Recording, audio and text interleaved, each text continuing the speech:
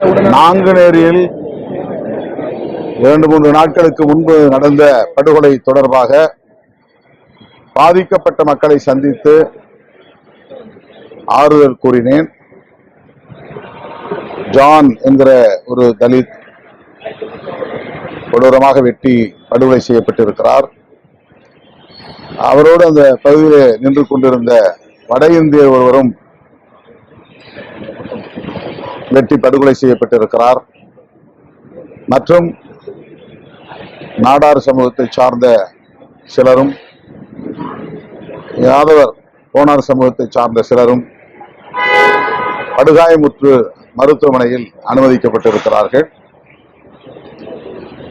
படுகொலையான John குடும்பத்தினர்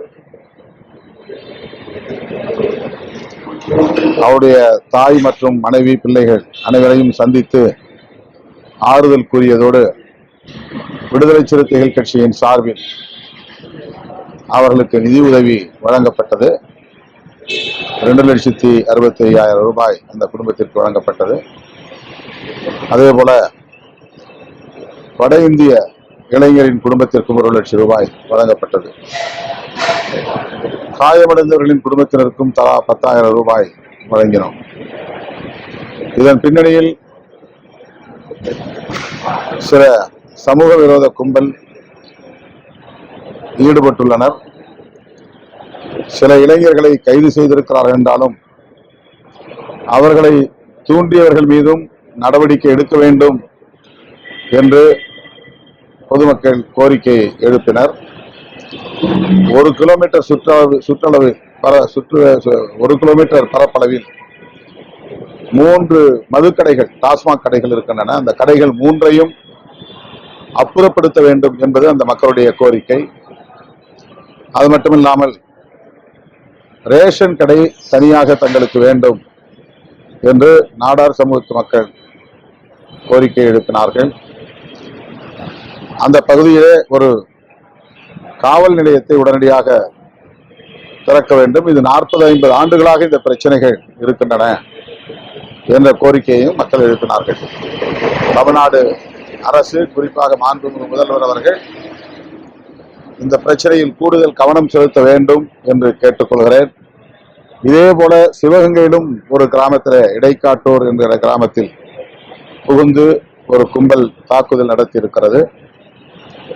இதை கண்டும் காணாமல் காவல்துறையினர் மெத்தனமாக செயல்பட்டு வருவதுதான் காரணம். தீவிர நடவடிக்கை மேற்கொள்ள வேண்டும் என்று வெளிப்படையாக பெண்கள் தங்களின் ஆதங்கத்தை வெளிப்படுத்தினார்கள். ஆகவே மாண்புமிகு முதல்வர் அவர்கள் இதில் கூடுதல் கவனம் செலுத்த வேண்டும் என்று விடுதலை சிறுத்தைகள் கட்சியின் சார்பிலே வலியுறுத்துகிறோம். சட்டம் ஒழுங்கு கட்டுக்குள் இருக்கிறது. ஆனாலும் இது போன்ற சம்பவங்கள் நடைபெறாமல் இருக்க கூடுதல் கவனம் செலுத்த வேண்டும் என்று வலியுறுத்துகிறோம். காங்கிரஸ் கேட்டுக்கிட்டபடி கூட்டணி அந்த எண்ணிக்கை அதிகமா படுத்திருக்காங்க. நீங்களும் 2 இலக்கத்துல கேட்டிருக்கீங்க. உங்களுக்கு சாதகமான பதில் வரும் நினைக்கிறீங்க? நான் ஏற்கனவே கூறினேன், காங்கிரஸ் திமுக கூட்டணியில் தான் தொடரும், வெளியேற வாய்ப்பில்லை என்று கூறினேன். அது இன்றைக்கு உறுதியாகி இருக்கிறது. அந்த வகையில் நான் மகிழ்ச்சி அடைகிறேன். அவரவர் வலிமைக்கு ஏற்ப கூட்டணியில் பேச்சுவார்த்தை நடத்துவது வழக்கம். எங்களால் எங்கள் வலிமைக்கு ஏற்ப என்ன இயலுமோ அதை கேட்டு பெறுவோம். எத்தனை இடங்கள் என்பது பேச்சுவார்த்தைக்கு பின்னர் தெரியும். இப்படி எல்லா கட்சியும் அதிகமா சீட்டு கேட்கிற காரணமே தாவைக்காடி ஒரு கட்சி வந்த பிறகுதான் திமுகவை இழுத்து கேட்க ஆரம்பிச்சிருக்காங்க. அப்படி அந்த மாதிரி ஒரு கட்சி தோன்றுவதற்கு முன்னரே நாங்கள் இந்த கோரிக்கைகளை எழுப்பியிருக்கிறோம். அதிமுகவோடும் பேசியிருக்கிறோம், திமுகவோடும் பேசியிருக்கிறோம். 2011 எங்களுக்கு இரட்டை இலக்கம் ஒதுக்கப்பட்டது. 12 இடங்கள் ஒதுக்கப்பட்டு பிறகு கூட்டணியில் பல கட்சிகள் இருக்கின்றன என்ற அழுத்தத்தால் 10 இடமாக அது குறைக்கப்பட்டது. இரட்டை இலக்கம் என்பது எங்களுக்கு ஏற்கனவே 2011 வழங்கப்பட்ட ஒன்றுதான்.